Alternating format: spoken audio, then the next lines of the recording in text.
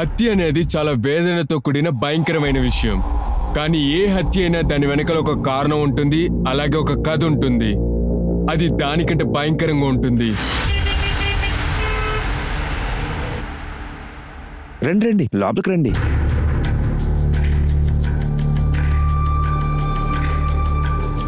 ఇదిగోండి, ఇదే ఇల్లు. అదిగో అక్కడ కిచెను, ఇంకా బాత్రూమ్ కూడా ఉంది. ఇక్కడ నీళ్ళకి అసలు ప్రాబ్లమే ఉండదు. అద్దె 5,000. ఫస్ట్ మంత్ అద్దె మాత్రం నాకు చేతికి ఇచ్చేయాలి, సరేనా?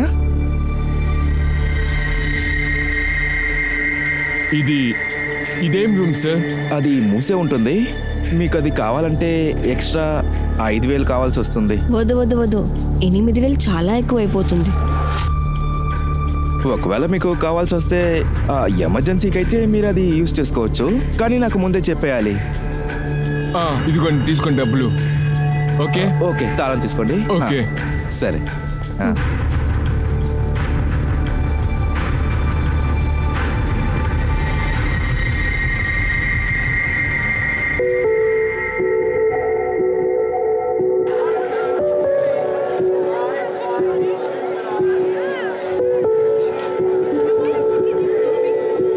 అరే నువ్వు ఏంటి అంత తొందరగా ఎక్కడికి వెళ్తున్నావు? అంత ఫాస్ట్ ఏంటి నీకు? ఏంటి తాత, అద్దెకి జనాలు వచ్చారా? అవునమ్మా, నీలాంటి ఒక కూతురు నాకున్నప్పుడు దేవుడు నాకు అన్ని మంచే చేస్తాడు. ఇవాళ నేను ముంబైకి వెళ్తున్నాను. నువ్వు స్ట్రైట్ గా కిచెన్కి వెళ్ళు, సరేనా? అర్థమైందా? మర్చిపోకు. ఇలా చూడండి, ఎప్పుడు నా పని నేను మర్చిపోలేదు. దయచేసి నన్ను క్షమించమ్మా. ఇక నేను ఏమీ అడగను. ఇక వెళ్ళు వెళ్ళు.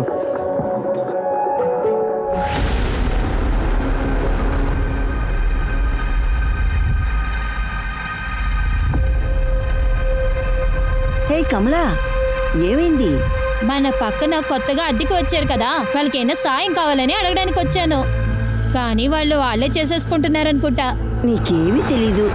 వాళ్ళిద్దరూ కొత్తగా పెళ్లి చేసుకున్న వాళ్ళు, అందుకే వాళ్ళ తలుపులు త్వరగా బంధించారు.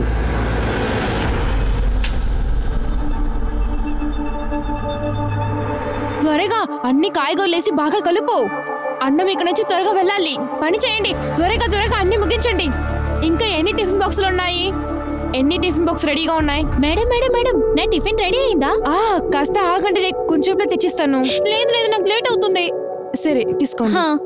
సరే నేను వెళ్తాను. కాగు, ఇది తీసుకో. ఇది నేనే చేశాను. ఎలా ఉందని చెప్పు. చాలా బాగుంది. సరే నేను వెళ్తాను. ఇదిగో ఇదిగో తీసుకో. లేదు లేదు వద్దు, నాకు లేట్ అవుతుంది. బాయ్.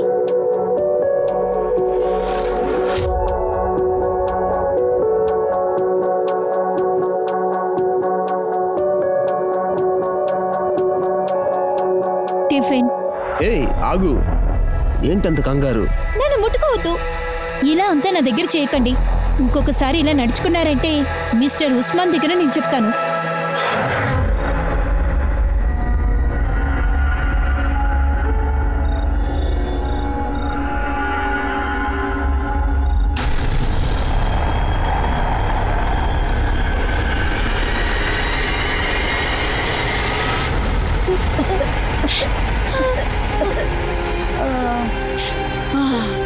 బృందా, దేవుడే చూసుకోవాలి. డాక్టర్ ఎక్కడ ఉన్నారు? ఏడవకమ్మా, ఏడవకు, సరేనా? డాక్టర్ ఇక్కడే ఉన్నారు. అతను అన్ని చూసుకుంటారు. మీ అమ్మకున్న టీబీ రోగం తొందరగా నయం అయిపోతుంది, సరేనా? అంతే కదా? అవును నిజమే. దీని మీద మందులు రాశాను, ఆవిడకి తొందరగానే తగ్గిపోతుందిలే, బాధపడకండి. ఇదిగోండి సార్ మీ ఫీజ్. చాలా థ్యాంక్స్. ఇటు చూడండి, మీకు ఫుల్గా క్లియర్ అయ్యేంత వరకు మీరు ఇక్కడే ఉండండి. బృందా చాలా చిన్న పిల్ల సార్. నేను ఇలా ఆరోగ్యం బాగలేకుండా ఉన్నాను. ఇక నేను ఎలా ఉద్యోగానికి పోగలను? భోజనం ఖర్చు అది ఎలా చూసుకోగలను? మీరు చెప్పే అన్ని తను చూసుకుంటుంది, అంతే కదా? ఈ విషయం నా దగ్గర వదిలే. నువ్వు తర్వాత వచ్చి బియ్యం తీసుకెళ్ళు, మందులు కూడా నేను కొనిస్తాను, సరేనా?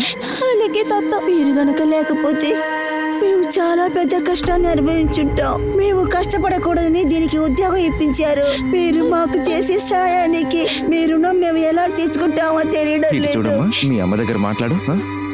నేను బయలుదేరుతాను.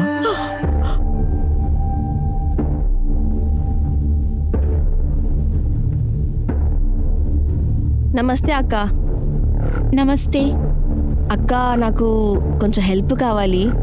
అదేంటంటే మా ఇంట్లో ఒక రూమ్ ఉంది, ఆ రూమ్ లాక్ అయి ఉంది. ఉస్మాన్ భాయ్ అన్నారు కావాలంటే యూజ్ చేసుకోవచ్చు అని. ఆయనతో ఫోన్లో మాట్లాడేశాను, కానీ ఆయన వచ్చేందుకు టైం అవుతుందేమో. మీరు నాతో వస్తే నేను ఆ రూమ్ కొంచెం తెరుచుకుంటాను. అదేంటంటే రేపు ఇలా అనకూడదు కదా, ఇంటి నుంచి ఏదో దొంగతనం అయింది అని అంతా. సరే, నీ సాయం చేస్తాను. Thank you.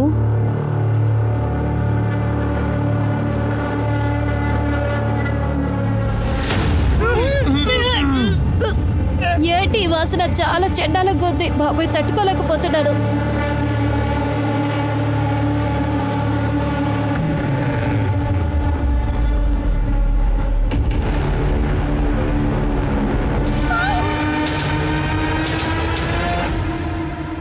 ఇలా రా. అందరూ లోపలికి రండి. చెప్పండి సార్. ఈ ఇల్లు నీదా? అవును సార్. ఆ డ్రమ్ నీదా? లేదు సార్, మేము ఆ ఇంట్లోకి వచ్చే ముందులే అక్కడ ఆ డ్రమ్ ఉంది. వస్తువులు పెడతానికి జగ లేదు సార్, అందుకే ఆమెని తీసుకొచ్చి ఆ రూమ్ యొక్క లాక్ పగలగొట్టి లోపలికి వెళ్ళాం. అవును సార్, నేనున్నప్పుడే ఆయన ఆ తలుపులు తాళం తీశారు. ఎందుకు పగలగొట్టారు? నా దగ్గర ఈ రూమ్ ఒక తాళం లేవు సార్, అందుకనే అవసరమైతే ఈ తాళం పగలగొట్టమని చెప్పాను. ఇల్లు మీదే కదా, తాళం మీదే లేదా? ఒకవేళ షిండో ఫ్యామిలీ దగ్గర తాళం ఉండొచ్చు. వాళ్ళు ఇక్కడి నుంచి వెళ్ళినప్పుడు వాళ్ళే రూమ్ లాక్ చేసి ఉండాలి. వాళ్ళు ఎప్పుడు వెళ్ళారు? అది 2-3 నెలలు అవుతుంది కదా ఉస్మాన్ భాయ్. 2 నెలలుగా ఇల్లు ఖాళీగానే ఉందా? లేదు సార్, షిండే వాళ్ళ కుటుంబం నన్ను ఏమార్చేశారు సార్. వాళ్ళు ఇక్కడి నుంచి వెళ్ళేటప్పుడు 2 నెలల అద్దె నాకు అసలు ఇవ్వకుండానే వెళ్ళిపోయారు సార్. నేను వరదాకి వెళ్ళిన ఒక 15 రోజుల్లో వాళ్ళు ఆ సిచ్యువేషన్ యూజ్ చేసుకున్నారు సార్. నా ఇల్లుని వేరే ఒక ఫ్యామిలీకి అద్దెకిచ్చేశారు. ఇదంతా న్యాయమా సార్? అసలు షిండే ఫ్యామిలీ ఎక్కడికి వెళ్ళిందో కూడా నాకు తెలియదు. కొద్ది రోజుల ముందే ఈ కాలా ఫ్యామిలీ కూడా ఇక్కడి నుంచి వెళ్ళిపోయింది. వీళ్ళు ఇక్కడికి వచ్చే ముందు కూడా ఈ ఇల్లు ఖాళీగానే ఉండింది.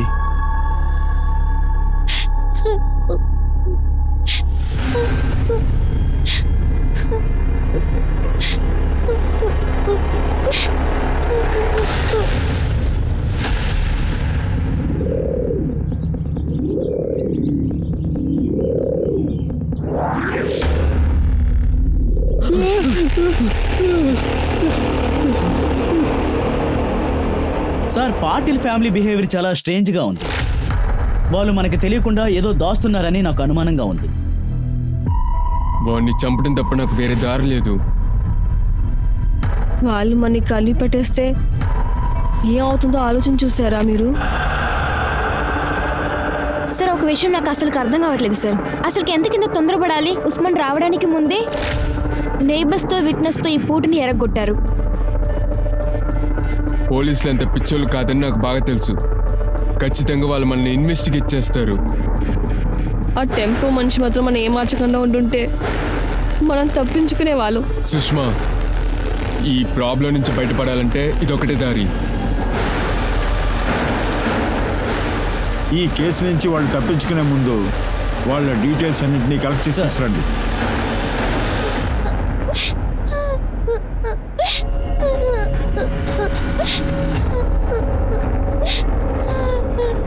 బృందా,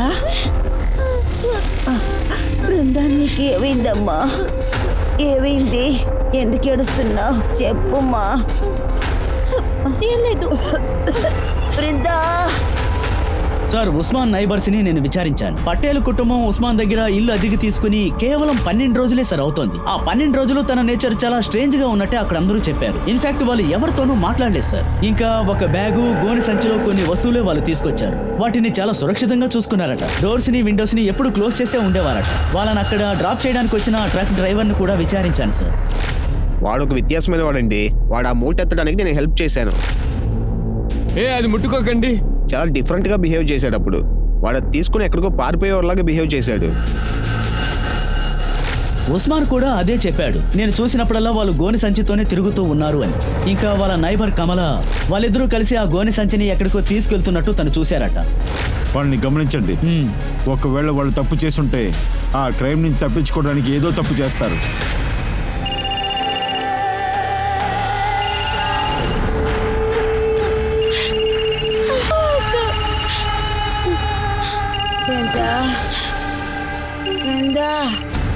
బృందా, ఫోన్లో ఎవరో నన్ను చూడమ్మా. చాలాసేపు నుంచి రింగ్ అవుతోంది. ఎవరని చూడు.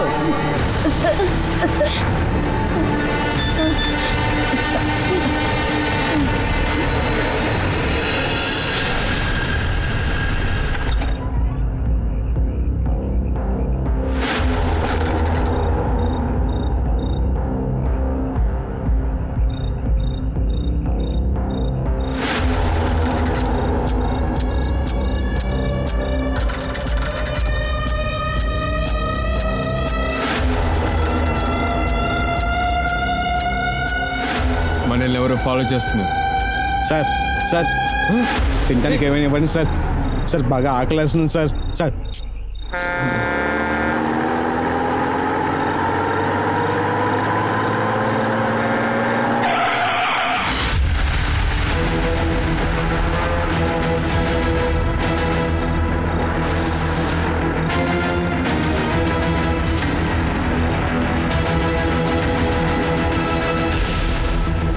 బయటికెళ్ళు. Sorry sir. చాలా తెలివిగా పోలీసునే మురుకులు చేశారు. సార్ సుష్మా అనిల్ గురించి తెలిసిందా? అవును సార్, హైవేలో ఒక కూరగాయల కొట్టతను వాళ్ళు ఒక ట్రక్కులో ఎక్కి వెళ్తుండడాన్ని చూశాడట. ట్రక్కు డీటెయిల్స్ కూడా దొరికాయి. మేము దాన్ని కనిపెట్టే పనిలో ఉన్నాం సార్. అది ఉదయం 7 గంటలు జరిగింది. ఇప్పుడు 2 గంటలైంది. It's been 7 hours. పోలీసుని మురుకులు చేసిన వాళ్ళు ఇంకా అక్కడే ఉంటారని నువ్వు అనుకుంటున్నావా? అక్కడున్న సీసీటీవీ ఫుటేజ్ చెక్ చేయి. అన్ని టోల్ గేట్కి ఆ ట్రక్ డిస్క్రిప్షన్ ని పంపించు. వెళ్ళు. Okay sir. సార్ మేము ఒక లాక్ని కనిపెట్టాం సార్. చనిపోయిన ఆ అమ్మాయి ఒక ఇంటి ముందు దొరికింది సార్. పాటిల్ కుటుంబం తాళం వెరుక్కొట్టిన తాళం తీసుకురండి. సార్ సార్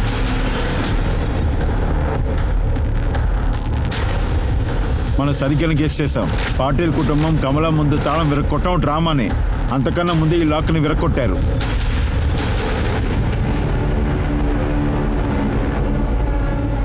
ఈ అనిల్ అండ్ సుష్మా వల్ల నేను సార్ దగ్గర తిట్లు తింటున్నాను. ఏం చేయనా అంతా నా తలరాత.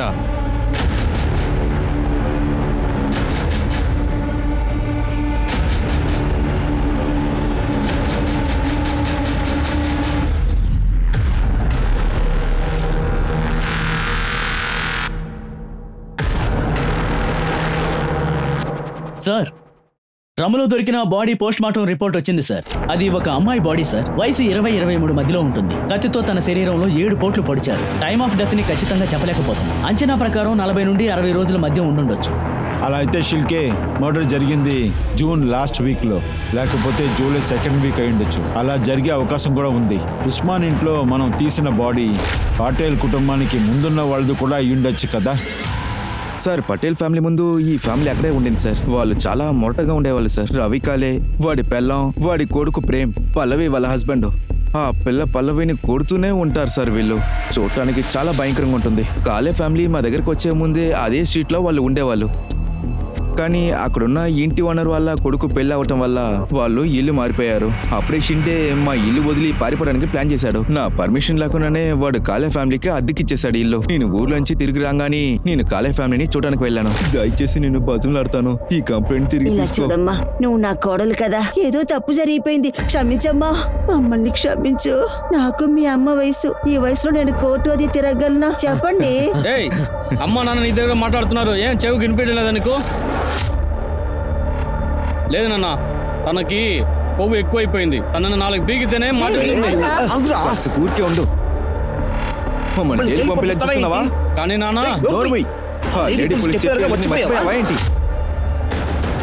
వీళ్ళ వల్ల నువ్వు తప్పించుకున్నావు. లేదంటే ఈ రోజు నిన్ను చంపి పాతేస్తాను, సరేనా?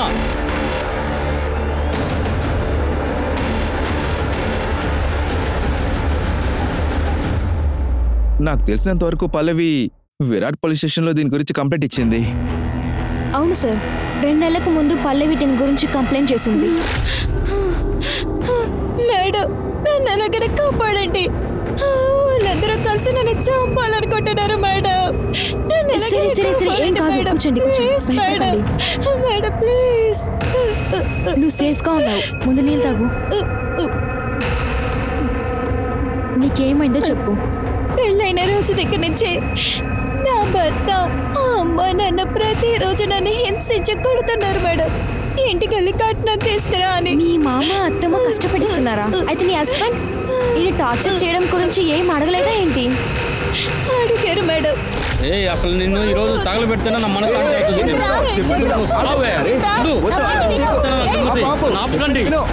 దాన్ని తప్పకుండా వదలను. ఎక్కడికే పారిపోతున్నావు? ఆగమన్నాను కదా. ఈ లోకంలో ఎక్కడ పోయినా సరే నిన్ను చంపకుండా వదలను. నేను అలాగా అక్కడి నుంచి తప్పించుకుని వచ్చాను మేడం. నా పైన కిరోసిన్ వేశారు మేడం. ఒకవేళ నేను అక్కడి నుంచి రాకపోయి ఉంటే నన్ను చంపేసేవారు మేడం. అసలు తను ఎందుకు అలా అబద్ధం చెబుతుందో మాకైతే అసలు తెలియట్లేదు. చూడండి మేడం, ఈ అమ్మాయిని మేము చాలా జాగ్రత్తగా చూసుకున్నాం. ఈ అమ్మాయి మాకు కూతురులాగా. అవును మేడం. తర్వాత తన మీద కిరోసిన్ తెలియకుండానే పడిపోయింది. అది తెలిసి జరగలేదు మేడం. ఏం జరిగిందో నేను చెప్తాను. నా కొడుకు కెరోసిన్ క్యాన్ ని లాకర్ లో పెట్టని దీని దగ్గర ఇచ్చాడు. అది తెలియకుండా దీని మీద దొల్లిపోయింది మేడం. అందుకు ఈ అమ్మాయి ఏమనుకుందంటే కావాలనే వీడు అలా చేసినట్టుగా అనుకుంది, తప్పుగా అనుకుంది. అమ్మా తనని క్షమించి కేసును వాపస్ తీసుకోమ్మా. నేను కేసు వాపస్ తీసుకోను మేడం. వాళ్ళు అబద్ధాలు చెప్తున్నారు మేడం. వాళ్ళు నాకు మీద కిరోసిన్ వేసి చంపాలనుకున్నారు మేడం. ఏ నీ డ్రామా అంతా కాసేపు ఆపుతావా? తను షాక్ లో వదిలే. తను షాక్ లో ఉంది. తమ్ముడు నీకు ఇదే ఫైనల్ వార్నింగ్. ఇంక మీద పల్లవి మీద ఎవరు చేయన్నా పడింది మీ ముగ్గురిని ఓరికి వదలను. దానికైనా పనిష్మెంట్ ని మీరు ఖచ్చితంగా అనుభవిస్తారు. ఇంక మీద ఇలాంటి కంప్లైంట్ వచ్చిందంటే మీ ముగ్గురిని జీవితకాలం లోపల వేసేస్తాను. అర్థమైందా సార్? అయితే పల్లవి తన కంప్లైంట్ ఇవ్వలేదు సార్. తర్వాత ఆ కాలీ ఫ్యామిలీకి వార్నింగ్ ఇచ్చి పంపించాను సార్. పల్లవి ఇచ్చిన కంప్లైంట్ వల్ల వాళ్ళకి చాలా భయం వేసింది సార్. అప్పటి నుండి పల్లవి మీద వాళ్ళకి చాలా కోపం ఉండేది. ఆ కాలే ఫ్యామిలీ డీటెయిల్స్ ఇవ్వండి. ఆ కాలే ఫ్యామిలీ డీటెయిల్స్ మా దగ్గర లేవు సార్. కానీ షిండే ఫ్యామిలీ డీటెయిల్స్ ఉన్నాయి. వాళ్ళకి ఆ ఫ్యామిలీ గురించి బాగానే తెలుసు. వాళ్ళకి ఆ ఫ్యామిలీ చాలా క్లోజ్. ఏంటి కాలే షిండే అని చెప్తున్నారు? మీకు తెలిసింది ఇచ్చి వెళ్ళండి. Okay sir. షిర్కే, ఆ పల్లవి గురించి చుట్టుపక్కల విచారించండి. నాకు డీటెయిల్స్ వెంటనే కావాలి.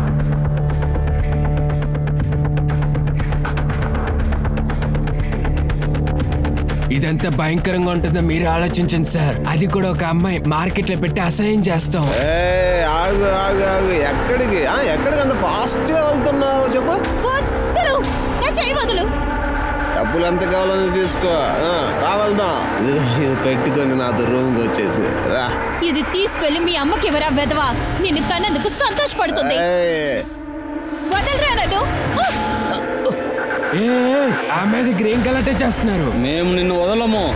వీడిని కొట్టిన దానికి నువ్వు ఖచ్చితంగా బదులు చెప్పే కావాలి. ఏదైనా సరే ఇక్కడి నుంచి పోండి. వాళ్ళ పేరేంటి? శ్యామ్ ఇంకా విలాస్. ఆ షాప్ వాడు ఎందుకు అబద్ధం చెప్పాలి? ఖచ్చితంగా వాళ్ళు తాగేసి ఏదో గొడవ చేసి ఉంటారు. వెళ్ళి వాళ్ళు తీసుకురండి. Okay sir. సార్, వెజిటేబుల్ వ్యాపారం చేసే అతని దగ్గర నుంచి ట్రక్ డిస్క్రిప్షన్ లో అదే ట్రక్ లో ఒక చెక్ పాయింట్ దాటుంది. అనిల్ పటేల్, సుష్మా ఆ ట్రక్ లోనే ఉన్నారని మనకి న్యూస్ వచ్చింది. హైవే పోలీస్కి ఇన్ఫార్మ్ చేయండి. సార్, నయాగ్రాలో పక్కన వాళ్ళని విచారించండి. దాంతో కోలాపూర్కి కనెక్షన్ నెంబర్ చూడండి. షిర్కే, షిండే ఫ్యామిలీ గురించి ఏదైనా న్యూస్? లేదు సార్, తన ఫోన్ ఇంకా స్విచ్ ఆఫ్ లోనే ఉంది.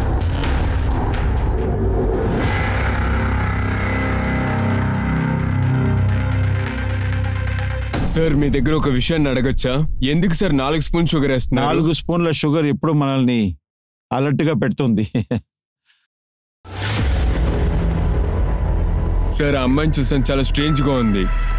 కొన్ని రోజుల ముందు కూడా ఇక్కడికి వచ్చింది. ఏదో చెప్పడానికి వచ్చి ఇక్కడ నుండి పారిపోయింది. మీరు ఎందుకో ఏది రియాక్ట్ అవ్వట్లేదు? తన దగ్గర నేరుగా వెళ్ళి మాట్లాడొచ్చు కదా. ఒకవేళ మర్డర్ గురించి చెప్తానికి వచ్చి ఉండొచ్చు కదా. తనని వెంటనే వెళ్ళి మీరు తీసుకురండి. Okay sir.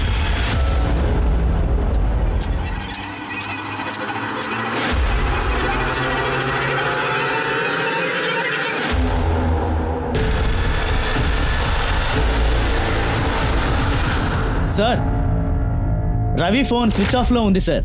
తనని వెతికి కనిపెట్టమని లోకల్ పోలీసులకి ఇన్ఫార్మ్ చేశాను. తన ఆ ఫోన్ బట్టి తను ఎక్కడున్నాడో ఎగ్జాక్ట్ లొకేషన్ ని కనిపెట్టమని చెప్పాను. గుడ్.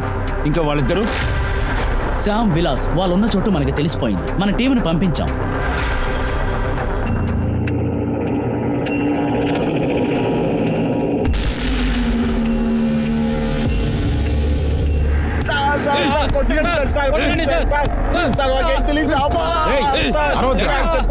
మర్యాదగా నిజం చెప్తారా లేదా? నిజంగా చెప్తున్నాను సార్, నాకేం తెలియదు సార్. మేము ఎవరిని చంపలేదు సార్, మమ్మల్ని వదిలేయండి సార్. నీకు పల్లవి మీద ఆశ ఉంది కదా. పోయిన నెల మార్కెట్ లో తన దెబ్బలు తిన్నావు కదా. తన మీద పగ సాధిస్తానికి చంపేశారు కదా. నిజంగా చెప్తున్నాను సార్, మేము తను చంపలేదు సార్. మమ్మల్ని నమ్మండి సార్, మేము ఎవరిని చంపలేదు సార్. అవును సార్, 2 నెలలకు ముందు మేము తను చూసాం. ఆ రోజు రాత్రి తను ఒంటరిగా ఎక్కడికో నడిచి వెళ్తే మేము చూసాం. చేతిలో కూడా ఒక బ్యాగ్ ఉంది సార్.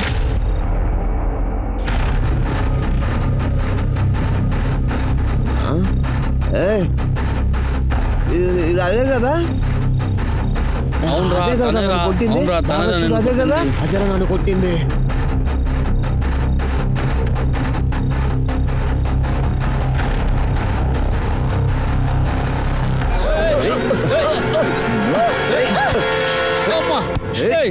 ఎంతలో కొడుతున్నావు? ఎంతలో కొడుతున్నావు? రేయ్ సురాజ్, సురాజ్, వదిలు సురాజ్, చెప్పేది విను. వద్దు, మనకి ఎలాంటి ప్రాబ్లం వద్దు, రా వెళ్ళిపోదాం. సూరజా? ఎవడ్రా సూరజ్? సార్ వాడు మార్కెట్లో కాయగూరలు అమ్మేవాడు సార్. వాడు మా ఏరియా సైడ్ అమ్ముతాడు సార్ కాయగూరలు. ఆ తర్వాత మాకు తెలిసింది పల్లవి వాడు అఫైర్లో ఉన్నారని చెప్పి. సార్ నేను ఏమనుకుంటున్నానంటే పల్లవిని వాడు ఎక్కడికైనా లేపుకుపోయింటాడు సార్. అది మాత్రమే కాదు సార్, సూరజ్ కూడా ఎక్కడికి వెళ్ళాడని తెలియట్లేదు సార్. ఏ డేట్లో చూసావు? సార్ అది నాకు తెలిసినంత వరకు అది జూన్ ఆఖరి అయి ఉండొచ్చు, లేదంటే జూలై స్టార్టింగ్ అయి ఉండొచ్చు సార్. షర్కే, సూరజ్ని పెట్టి మనల్ని ధ్యాస పలించాలనుకుంటున్నారు. వీళ్ళందరూ పల్లవిని రేప్ చేసి చంపేశారు. మర్యాదగా నిజం చెప్తారా లేదా? గరుడే, చాలా అలసిపోయారు, నీళ్లు చూపించండి. Okay sir. బాగా చూపించండి. షిర్కే, ఆ పల్లవి సూరజ్తో పారిపోయిందంటే అప్పుడు మనకు దొరికిన బాడీ పల్లవి కాదు. అందుకు అవకాశం ఉంది sir. Yes sir, you're right. అది మిత్తాలి బాడీగా ఉండడానికి కూడా ఒక వీలుంది సార్. అదెవరు మిత్తాలి? కేశవ్ షిండేని కోడలు సార్. కాళీ ఫ్యామిలీకి ముందు తనే అక్కడ ఉండింది. సునాడి బోహిని ఒక లేడీ ఒకటి ఉంది. కిచెన్ గేట్ అని ఒక కంపెనీ జరుపుతుంది. దానికి ఓనరే ఉస్మాన్. అతను ఏం చెప్పారంటే పల్లవి మిఠాలు ఒకరికొకరు తెలిసిన వాళ్ళంట. తర్వాత ఇంకొక విషయం కూడా చెప్పారు. మిఠాలి ఒక ఆఫన్, తర్వాత ఒక తాగుబోతుని ప్రేమించి పెళ్లి చేసుకునింది. పెళ్లి చేసేక ముందు తనే తన ఫ్యామిలీ మొత్తాన్ని తను చూసుకుంటునింది. తన అత్తమ్మ చాలా కష్టపెట్టించి చిత్రాదం చేస్తునింది. ఏ దరిద్రం ఇదే,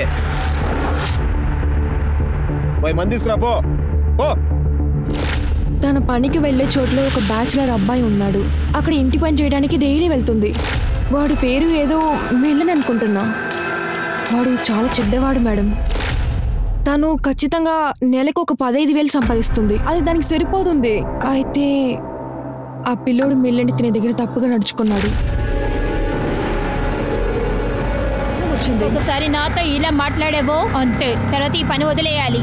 లేకపోతే మీ ఇంటికి వచ్చి నేను అన్ని విషయాలు చెప్పేస్తాను. ఈ విషయాలు అందరితో చెప్పవో చంపేస్తాను. దాని తర్వాత పల్లవిని ఎవరన్నా చెప్పుంటారా ఏమో తెలియలా. అయితే మిట్టాల్ ఫ్యామిలీకి దీని గురించి తెలిసిపోయింది మేడం. తను ఇంటి పనికి వెళ్ళలేదు, ఇలాంటి ప్రాస్టిట్యూట్ పని చేస్తుందని. చేసిందో పొగరు ఎక్కువైంది. డబ్బులు దగ్గర పెట్టావు. నువ్వు అమ్మాయికిరాలనుకుంటే డబ్బులు ఎక్కడ దాచున్నావో లేదా? చెప్పు. సంపాదించిన డబ్బులు ఎక్కడ ఉంచావు?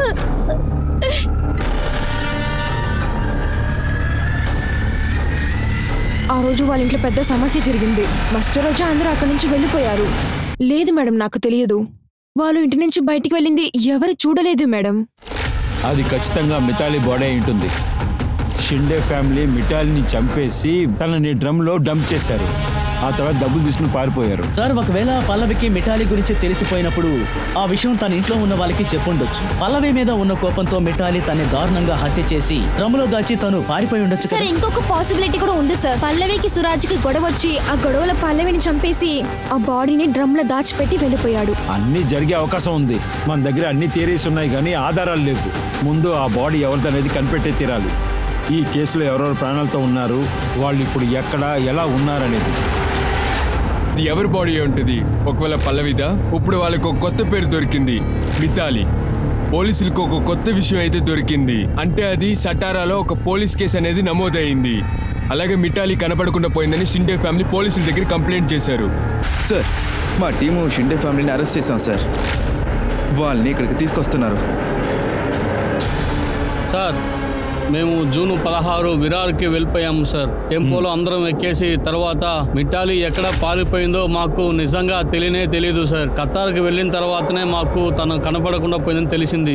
తర్వాత మేము మిస్సింగ్ కంప్లైంట్ మీ దగ్గర ఇచ్చాము సార్. నీకు ఆకాష్ గురించి తెలుసా? అవును సార్, మా గెస్ట్ హౌస్లోనే ఉంటున్నాడు.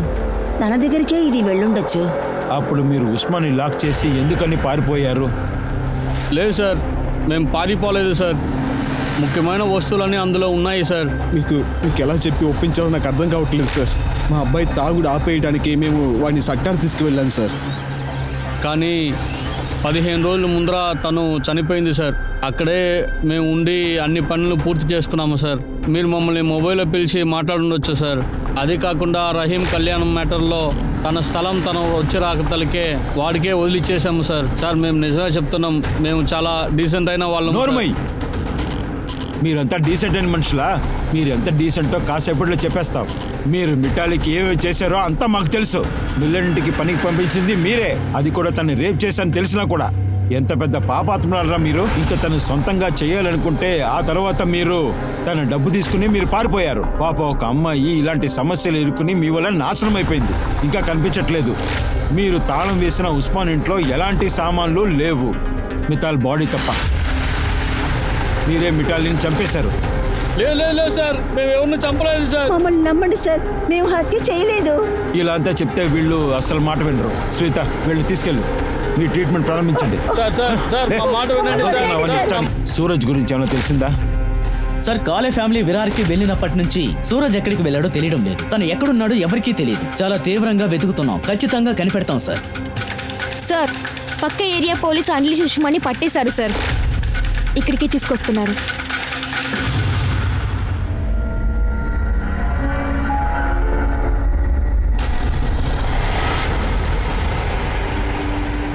నేను సుష్మాను పాల్గర్లో జీవిస్తున్నాం సార్. పాల్గర్లో నేను సుష్మా పక్కింట్లో ఉంటాం. సుష్మాని అజిత్ జైకా అనే ఒక గుండాతో పెళ్లి చేయబోతున్నారు సార్. కానీ మేమిద్దరం ప్రేమించుకున్నాం. అందువల్ల మేము ప్రేమించిన విషయం వీళ్ళ హస్బెండ్కి గనక తెలిస్తే మమ్మల్ని వాడు వదిలిపెట్టాడు సార్. అందువల్ల మేమిద్దరం కలిసి కొల్హాపూర్కు ఎవరికి తెలియకుండా పారిపోయి వచ్చేసాం సార్. ఆగస్టు 3వ తేదీనే వీళ్ళ అత్తగారు దీనికి వేసిన నగలు డబ్బు అంతా తీసుకుని మార్కెట్కి వచ్చారు. మేమిద్దరం కలిసి ఎటైనా పారిపోదామని కోల్హాపూర్ వెళ్లే బండిని వెతుక్కుంటూనే వచ్చాను సార్. కోల్హాపూర్ వెళ్లే బండి 15 నిమిషాలు ముందు వెళ్ళిపోయిందిగా. తర్వాత బండి అనేది ఎప్పుడు వస్తుందో తెలీదు. ఇదెవరి టెంపో? నాదే. ఇది ఎక్కడికి వెళ్తుంది? వీరాకి.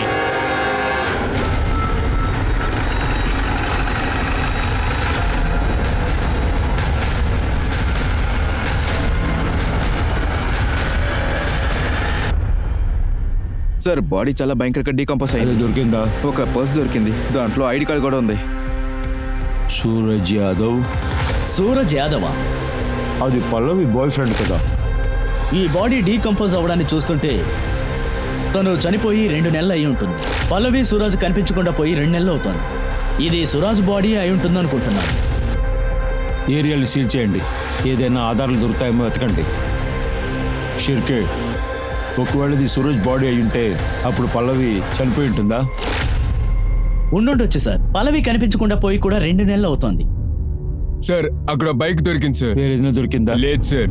ఆ బైక్ ఎవరితో కనిపెట్టండి. Okay sir. షిర్కే, ఇది ఖచ్చితంగా సూరజ్ బైక్ అయి ఉంటుంది. లేకపోతే సూరజ్ని చంపిన వాడు బైక్ అయి ఉండొచ్చు కదా.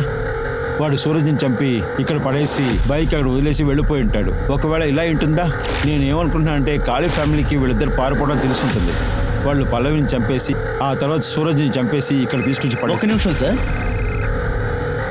హలో, ఓకే సార్, కాలే ఫ్యామిలీని అరెస్ట్ చేశాం సార్. వాళ్ళని విరార్ పోలీస్ స్టేషన్లో ఉంచారట.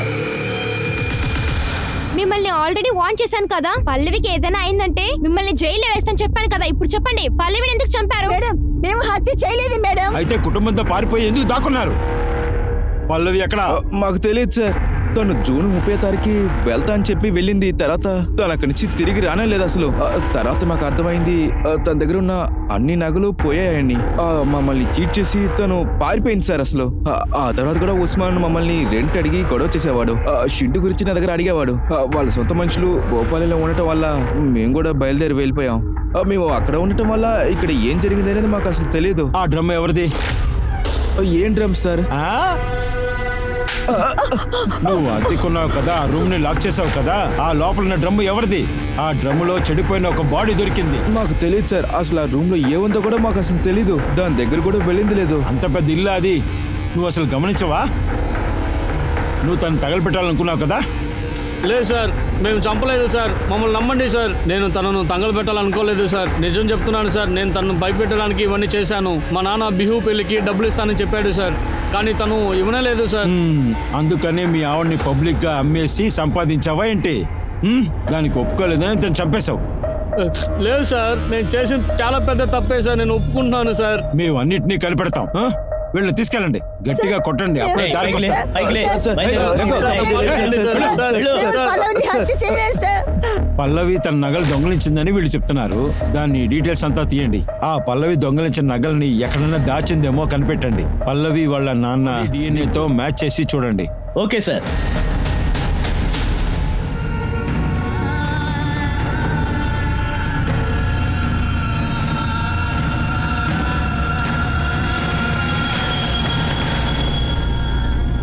అత్యంత కష్టం మీద విరార్ పోలీస్ వాళ్ళ యొక్క ఇన్వెస్టిగేషన్ మంచి దారిలో వెళ్తుందని వాళ్ళు దృఢంగా నమ్మారు.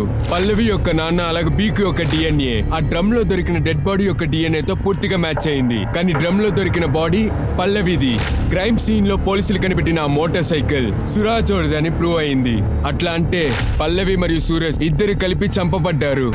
ఇలాంటి సిచ్యువేషన్ లోనే పోలీసులకి ఇంకో బాడీ దొరికింది. అది ఇంకా ఆ సిచ్యువేషన్ ని బాగా కాంప్లికేట్ చేస్తుంది.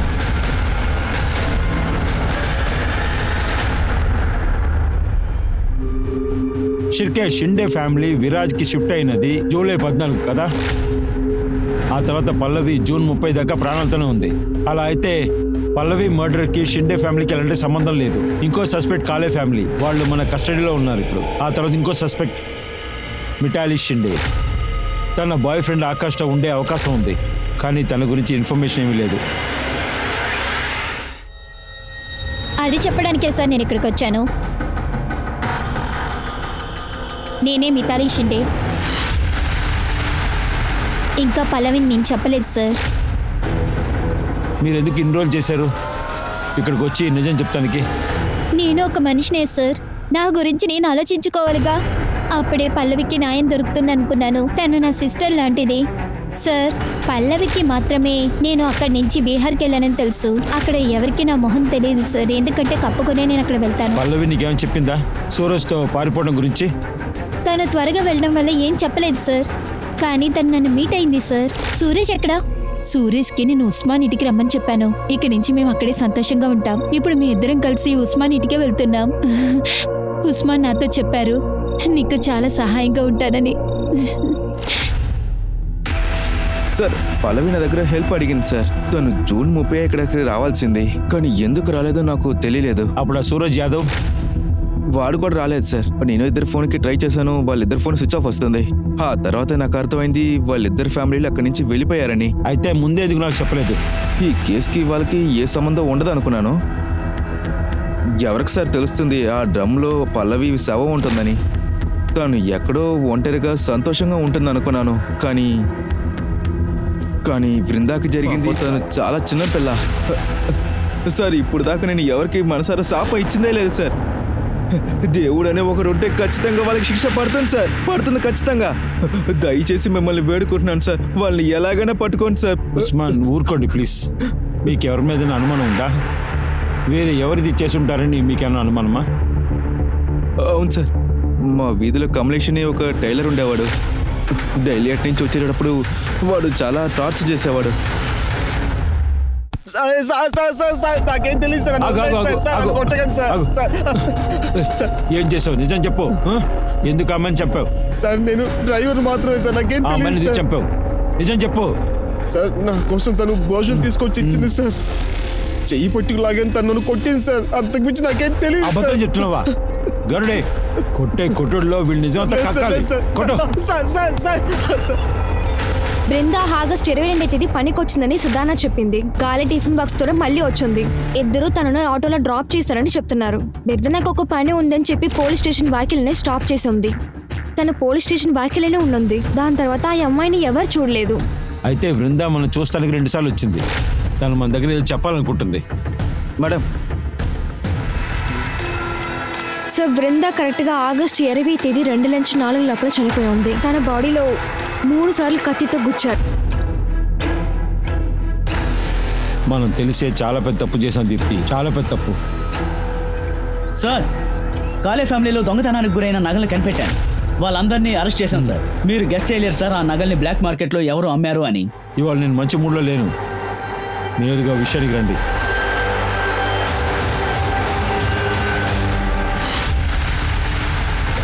రేయ్ పైకి లేరా, నిజం చెప్పరా, నిజం చెప్పరా. సార్ నా మాట వినండి సార్. చెప్పరా. సార్ చెప్పు కొట్టకండి సార్. నీకు తెలిసిన నిజం చెప్పు. సార్ నేను డ్రగ్ అడిక్ట్ సార్. నేను ఇక్కడ వచ్చిన దానికి కారణం ఓపీఎం మరియు అమ్మాయిలు సార్. 1 నెలల ముందు తను మా నాన్న చూడడానికి వచ్చింది సార్. మా నాన్న ఇంటిలో లేడు సార్. అప్పుడు నన్ను ఆపేదానికి అక్కడ ఎవరు లేరు. ప్రాణాలతో వదలరా, ఉండరా. ఎంత ధైర్యం రా నీకు. సూరజ్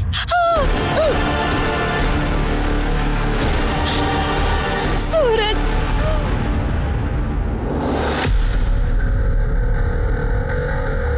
నా కొడుకుని కాపాడటానికి ఈ హత్యలని నేను చేశాను సార్. నువ్వు నీ కొడుకు ప్రాణాలు కాపాడటానికి ఎంతమంది ప్రాణాలు తీసావు కదా. తను కూడా ఒక అమ్మాయి అని నువ్వు అసలు ఊహించలేదా? దీని గురించి అన్నీ తెలిసి కూడా మా దగ్గర అన్నీ దాచావు కదా. విందా దీని గురించి నా దగ్గర చెప్పింది. నాకు భయం ఎక్కువైంది. విందా ఎక్కడికి పోలీస్ స్టేషన్కి వెళ్తానని భయపడ్డాను సార్. నేను సుహేలో తను ఒకటిగా ఉన్న వీడియో వాళ్ళకి చూపించాను సార్. ఒకవేళ ఇదంతా పోలీస్ స్టేషన్లో చెప్తే నీ జీవితమే పోతుందని చెప్పాను సార్. సుహేల్ కూడా వృందాని ఇష్టపడ్డాడు. వాడు తనకి అప్పుడప్పుడు మెసేజ్ చేసి తన రూమ్కి రమ్మని చెప్పేవాడు. వృందా కూడా చాలా భయపడుతూ ఉండేది. తను ఒకరోజు పోలీస్ స్టేషన్ ముందు ఉంటావు నేను చూశాను. ఇంకా నాకు భయం వేసింది. తను పోలీస్ స్టేషన్లో చెప్తే అసలు ఏమవుతుంది. వృందా నువ్వా? మీ అమ్మ అక్కడ ఒంట్లో బాగుండా పడుకోనుంది, నువ్వేంటి ఇక్కడ? ఏంటి ఏమైంది? మీ అమ్మని నేను హాస్పిటల్లో అడ్మిట్ చేశాను. నువ్వు ముందు బండ్లో ఎక్కు, మన ఇద్దరం వెళ్దాం. ఎవరు లేని ఒంటరి ప్లేస్కి తన్ని తీసుకెళ్లాను. ఏమైంది ఉస్మాన్ తాత? అది నేను నీ దగ్గర మాట్లాడాలి. సరే త్వరగా చెప్పండి. నువ్వు సోషల్ సర్వీస్ చేస్తున్నావు కదా. సోషల్ సర్వీస్ చేసి పుణ్యం వెతుకునే బదులు నీ కొడుకు చేసిన నేరాలకి ఫేవర్గా సొసైటీని ఎదిరించడానికి ప్రయత్నించావా? నువ్వంతా ఒక మనిషివి.